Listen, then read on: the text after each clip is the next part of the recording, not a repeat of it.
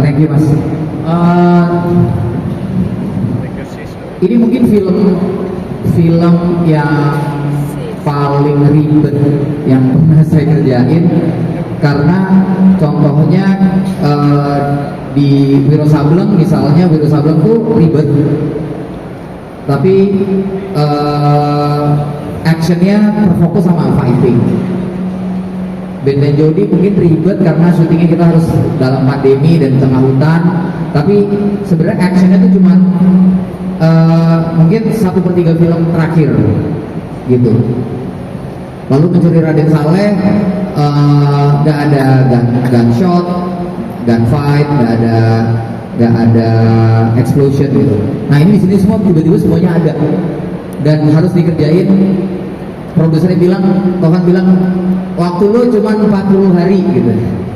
Ya harus dikerjain selama 40 hari. Dan koordinasinya lumayan kompleks karena kita harus berhadapan sama banyak sekali tim, mulai dari kamera, artistik yang biasa gitu ya.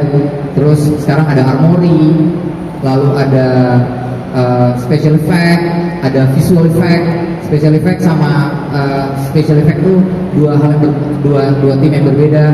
Ada safety officer, ada stunt coordinator, ada vehicle, ada tim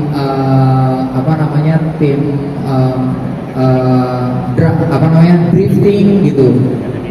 Terus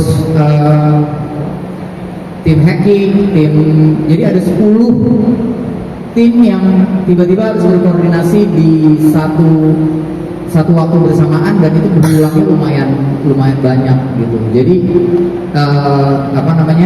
lebih bagaimana sebagai director nggak cuma berpikir soal kreatif, tapi harus bisa ngasih gambaran tentang apa itu time management, terus habis itu people management, gimana kita selalu harus berpikir strategik dengan strategis gitu ya, dengan situasi, dengan kondisi yang ada yang mungkin di kita banyak sekali yang jauh dari ideal sebenarnya. Kayak misalnya kita nggak pernah tuh bisa ngeblok jalan total full blok tanpa diganggu gitu.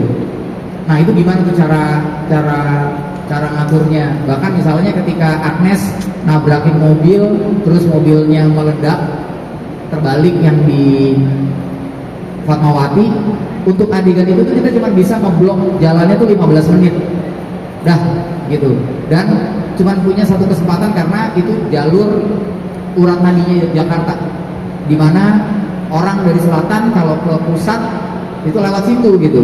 Jadi kita juga nggak pengen jadi filmmaker yang egois yang untuk jalan publik gitulah. Tapi saya pengen banget ada di situ. Masa kejar-kejaran tiba-tiba ujung-ujungnya di komplek kosong yang kanan kirinya tanah gitu kan, nggak seru banget ya. Itu paling gampang bloknya gitu. Tapi waktu saya sama produser sama production designer sepakat bahwa Jakarta yang mau kita capture itu adalah Jakarta yang dengan konkret, dengan dusty dan rusty. Jadi harus ada besi, harus ada feel besinya, harus berdebu dan konkret gitu. Maksudnya banyak bangunan tapi kelihatannya tuh dari warna-warna semen, bukan kayak kalau di Mencuri Raden Saleh Jakarta tuh dilihatnya dengan warna-warna marmer dan lebih SCBD gitu. Tapi ini enggak. Jadi ya udah, kita harus cari lokasi-lokasi yang kayak gitu. Pertama yang paling mahal bayar cashnya sih, kelihatannya kayak gitu.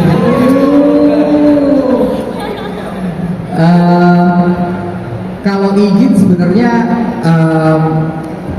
kita dapat support dari otoritas setempat gitu ya, karena setiap kami syuting tentu kami ngejelasin semua apa yang akan kami lakukan, kira-kira gangguan yang ini semua, jadi kami fair.